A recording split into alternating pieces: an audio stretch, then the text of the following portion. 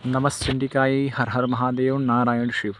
कल के वीडियो में हम आपको करावलोकन के बारे में जानकारी दिए थे। आज की वीडियो में हम आपको जानकारी देंगे भूमि वंदना।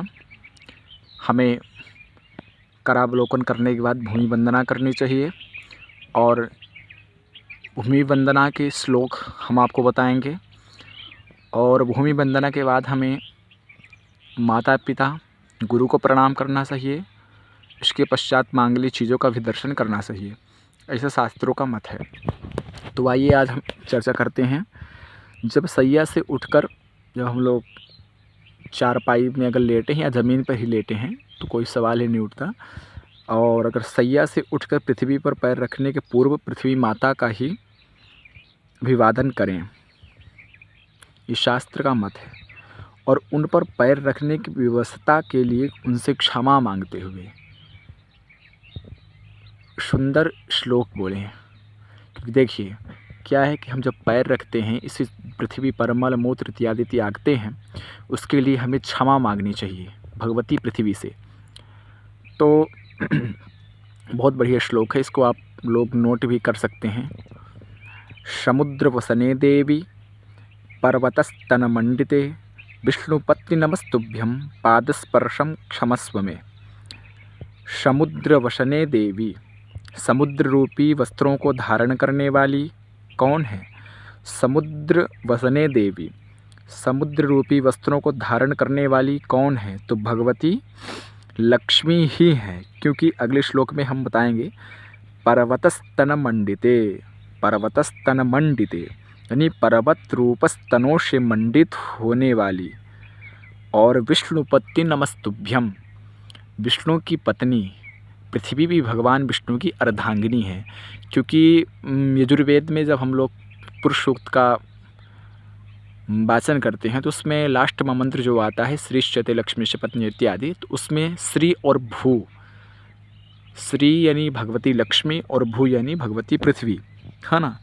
तो श्री के भी जो लक्ष्मी जी के पति हैं वो भगवान नारायण हैं और भू के भी जो पति हैं वो भगवान नारायण ही हैं। तो यहाँ विष्णुपत्नि नमस्तुभ्यम पाद स्पर्शम क्षमस्व, क्योंकि श्री और भू में कोई अंतर नहीं है, वही है, लेकिन फिर भी यहाँ विष्णुपत्नि नमस्तुभ्यम पाद स्पर्शम क्षमस्व में। हे भगवान विष्णु की पत्नी, आप मेरे पाद स्पर्श को क्षमा करें, क्योंकि हम विवश हैं पैर रखने के लिए। फिर इसके बाद ये हो जाए तो प्रेम भाव से भगवती से क्षमा मांगें कि भगवती मुझे माफ़ करें, हमारी विवशता है पैर रखने के लिए। और इसके बाद फिर आचार्य मयूख का वचन है, कात्यायन का भी वचन है कि इसके करने के बाद हमें मांगलिक चीज़ों का दर्शन करना चाहिए। रोचनम चंदनम हेमम मृदंगम दर्पणम मणिम गुरुमग्निम रविम पश्येन नमस्येत प्रातरेव ही, यानी गोरोचन चंदन सुवर्ण शंख मृदंग दर्पण मणि आदि करना चाहिए। इनका इस सब मांगलिक चीज़ों का सुबह मुझे दर्शन करना चाहिए। ये आचार्य मयूख कात्यायन जी का वचन है ना। हाँ, इनका दर्शन करना चाहिए, क्योंकि बिना नहाए स्पर्श ना करें तो बहुत बढ़िया है, बिना नहाए स्पर्श नहीं ही करना चाहिए। इसके बाद फिर वस्तुओं का दर्शन करने के बाद फिर यहाँ बाधूल स्मृति का वचन है, आचार्येन्दु जी का भी वचन है। उत्थाय माता पितरौ पूर्वमेवाभिवादयेत आचार्यस्ततो नित्यमभिवाद्यो विजानता। बाधूल स्मृति का वचन है कि उठकर माता पिता को भी प्रणाम करें, आचार्य अपने गुरु को प्रणाम करें जो भी हैं, और माता पिता को प्रणाम, बड़े श्रेष्ठ जन को प्रणाम करें।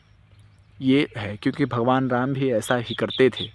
प्रातःकाल उठ गए रघुनाथा, मात पिता गुरु नावहि माथा, मात पितु गुरु नावहि माता इत्यादि वचन मिलता है। तो ये बात है, तो ये अवश्य करना चाहिए। इस वीडियो में आपको इतनी जानकारी मिली। अगले वीडियो की प्रतीक्षा करें। मानसिक शुद्धि के बारे में हम आपको उसका जो श्लोक है उसका बताएंगे। इसके बाद क्रमशः विषयों को इसमें डालेंगे, आपको सही जानकारी मिले। बस इतना ही मेरा वो है, ध्येय है।